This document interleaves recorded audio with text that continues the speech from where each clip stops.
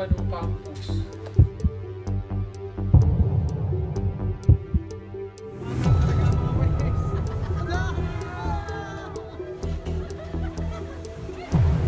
Have you ever imagined a place where the sea does not carry blue waves but only garbage, oil, and a strong stench?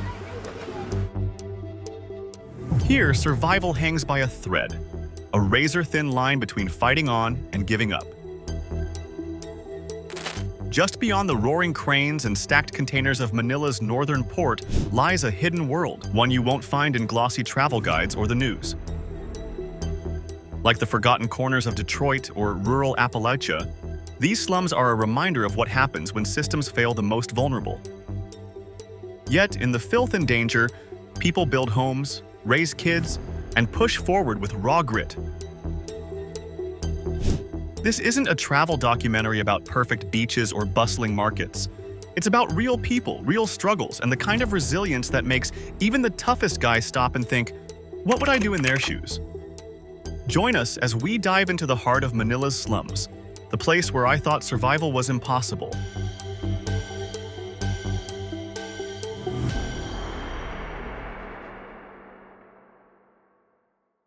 Manila Bay, where the skyline glitters with modern towers and luxury malls, seems like a symbol of progress and prosperity.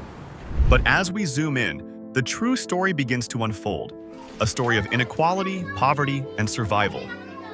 Beneath the shine of the city, an entire community struggles to survive in conditions most would find unimaginable. The slums of Manila Bay didn't happen by accident. They are a result of decades of rapid urbanization, poor planning, and the relentless migration of people seeking better opportunities in the capital. The slums began forming as far back as the 1950s, when rural residents from the provinces flocked to Manila for jobs in the booming industrial and service sectors. With little to no affordable housing available, many ended up on the edges of the city living in makeshift homes on the outskirts, near rivers and along the coast. This, combined with the city's lack of infrastructure and poor waste management, turned Manila Bay into a dumping ground, physically and metaphorically, for the country's underprivileged.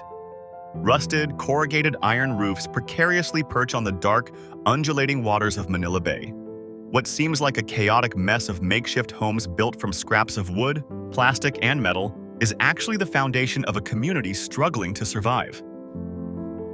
Families cling to whatever they can find, crafting shelters that barely keep them safe from the elements. The stench of decay and the sight of plastic waste drifting in the water is an everyday reality.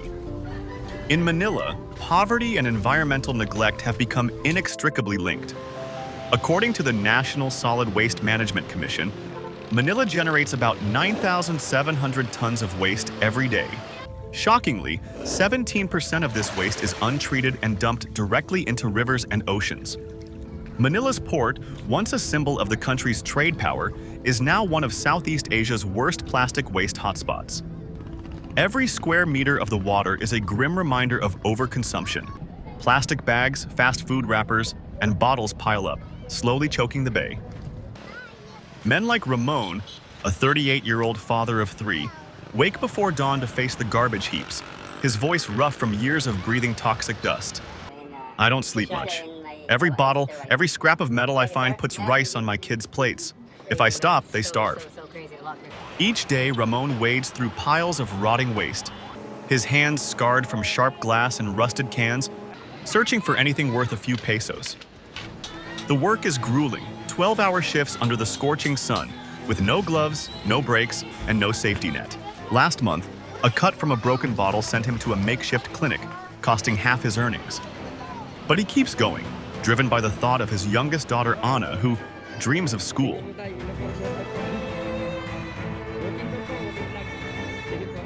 More than 15,000 households now live in the slums along the coast, most of them migrants from rural areas who arrived seeking a better life, only to find themselves pushed to the fringes of society. These families have no permanent homes, no stable income, and no legal protection. They are trapped in a cycle of poverty with little hope of escape. As a result, these slums have become a generational trap. According to a 2022 UN Habitat survey, up to 70% of children in these coastal slums never finish primary school. Not because they don't want to learn, but because they lack the resources and the schools to attend. Over 40% of families here have no access to clean water. The water they use for drinking, cooking, and bathing comes from the same polluted rivers and canals filled with trash, oil, and untreated sewage. Diseases like diarrhea, skin infections, and respiratory illnesses are so common that they have become an unavoidable part of daily life. These diseases are not seen as emergencies, but rather as the rhythm of existence in a place where survival takes precedence over everything else. Manila's slums weren't created overnight, nor were they caused by the people who live there. They were born from decades of neglect, poor governance, and the unchecked growth of the city. For years, the government has treated the issue as a problem for the future, something that will take time to fix. Meanwhile, the waste keeps coming, the disease keeps spreading, and the people keep suffering.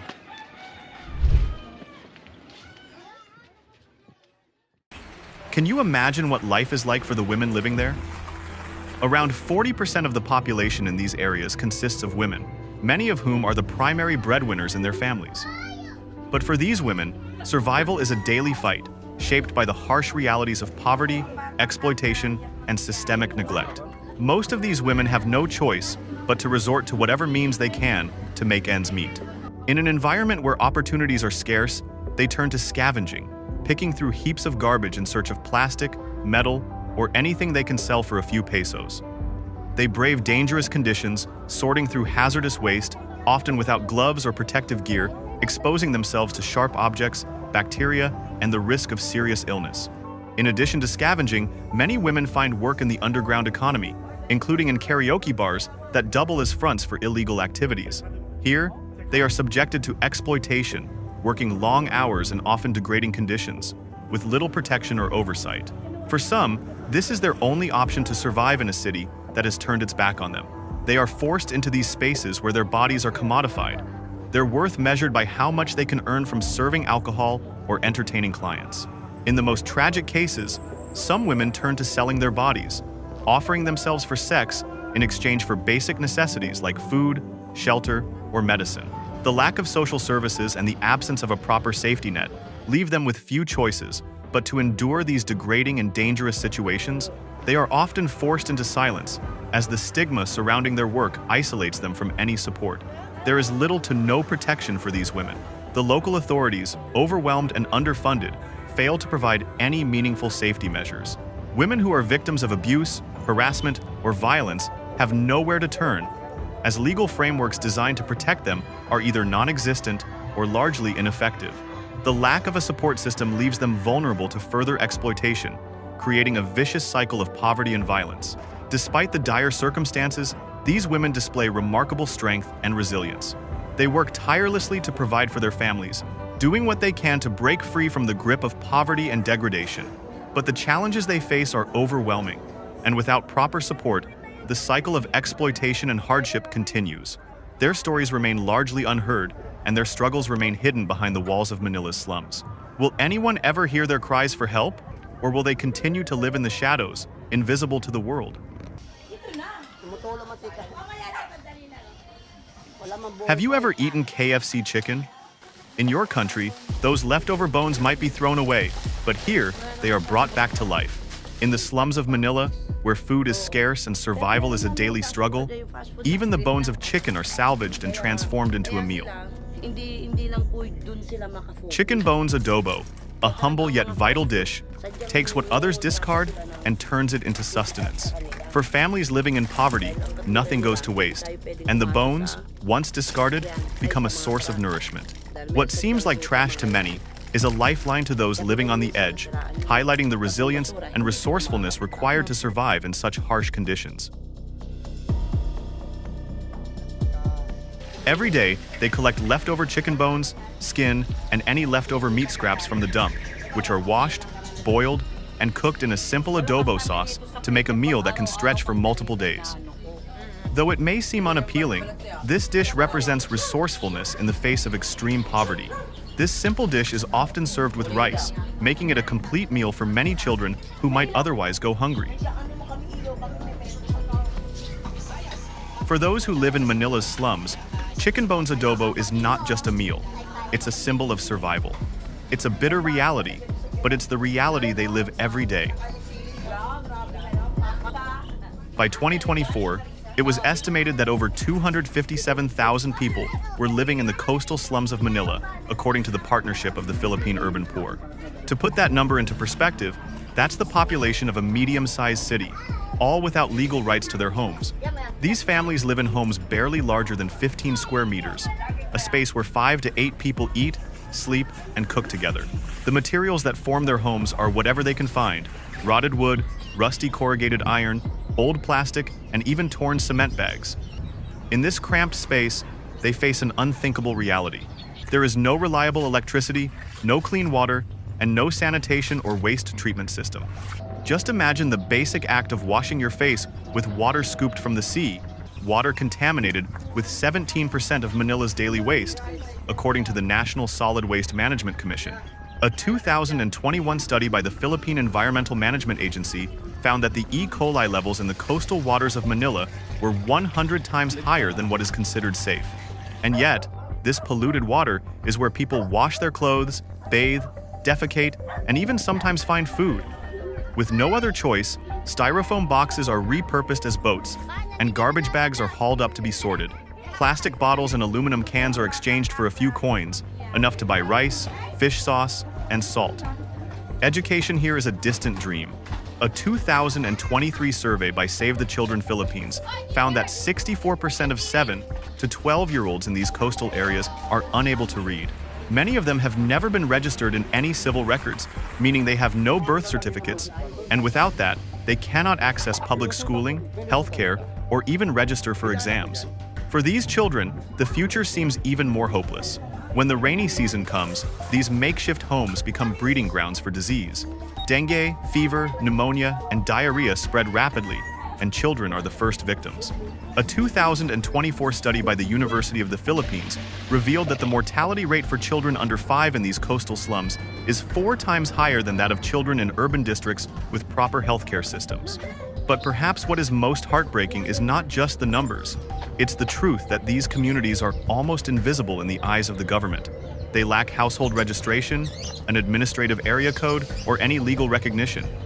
They have no right to medical benefits, no access to relief during natural disasters, and no recourse when they are forcibly relocated. They live in the capital city of the Philippines, yet they are not recognized as citizens. So, how did this happen? It is not just poverty. It's the result of a long series of failures. Failures in land management, budget allocation, population control, and most importantly, failures in social equity. Urban policies are written for those who can afford them, leaving everyone else to be pushed to the margins. Tourists visiting Manila will see a vibrant city with deep blue beaches, ancient Spanish architecture, and delicious street food.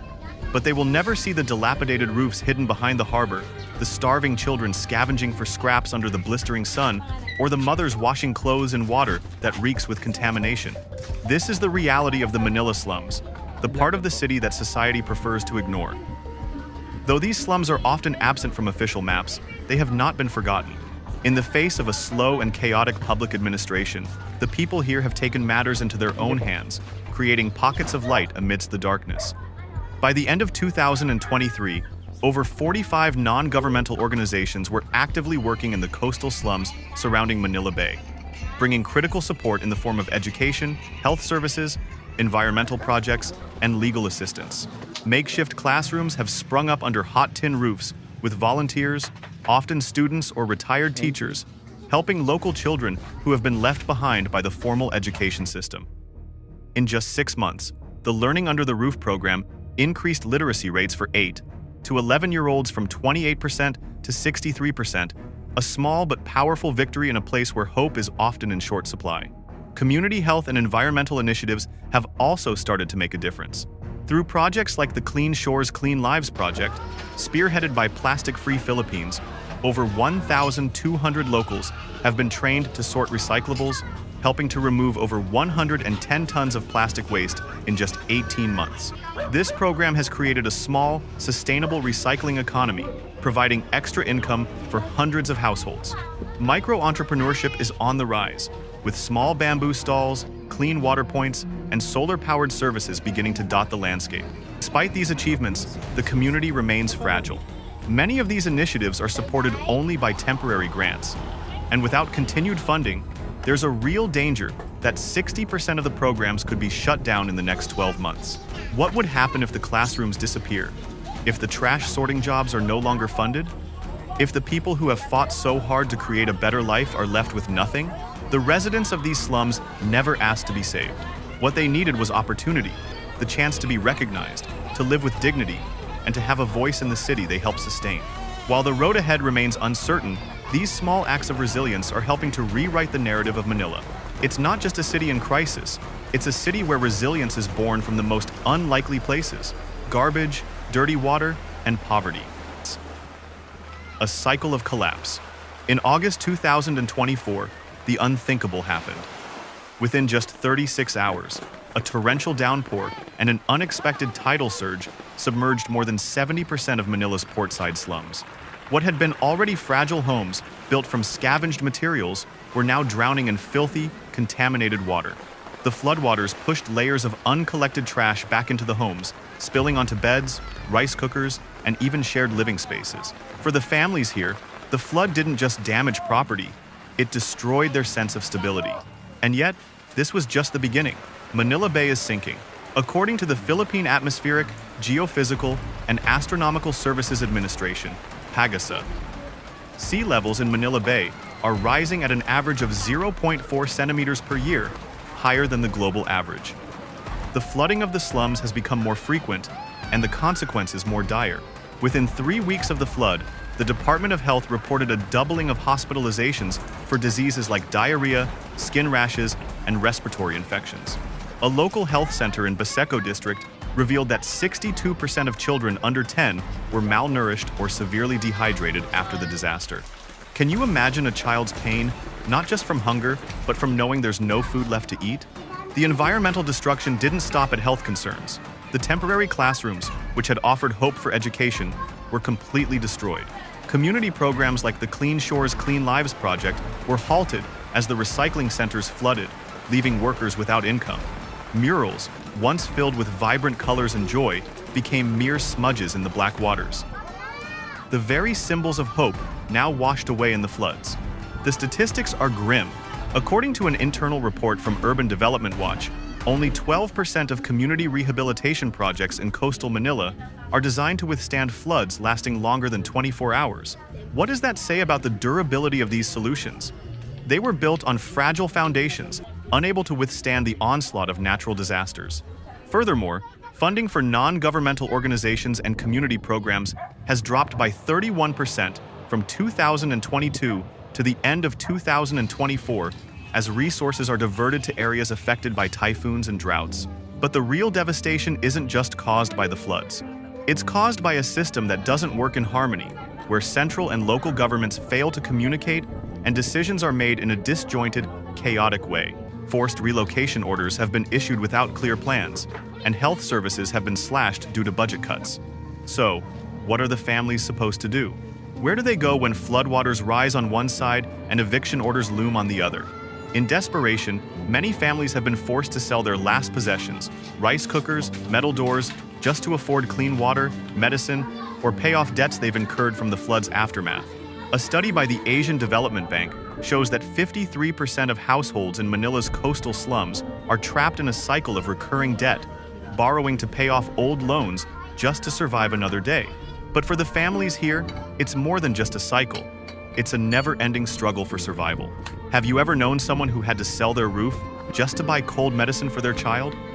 For the people of Manila's slums, this isn't an isolated tragedy.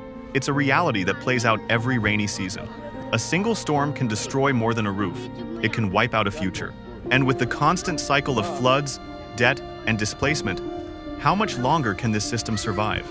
Thank you for taking the time to watch and learn about the struggles and resilience of those living in Manila's slums. I hope this story has given you a deeper understanding of the challenges they face daily. Their story isn't just one of hardship, but also of strength and determination. Please don't forget to share this video so more people can learn about these untold stories. We appreciate your support and look forward to seeing you in our next video. Stay tuned for more powerful stories from the heart of our world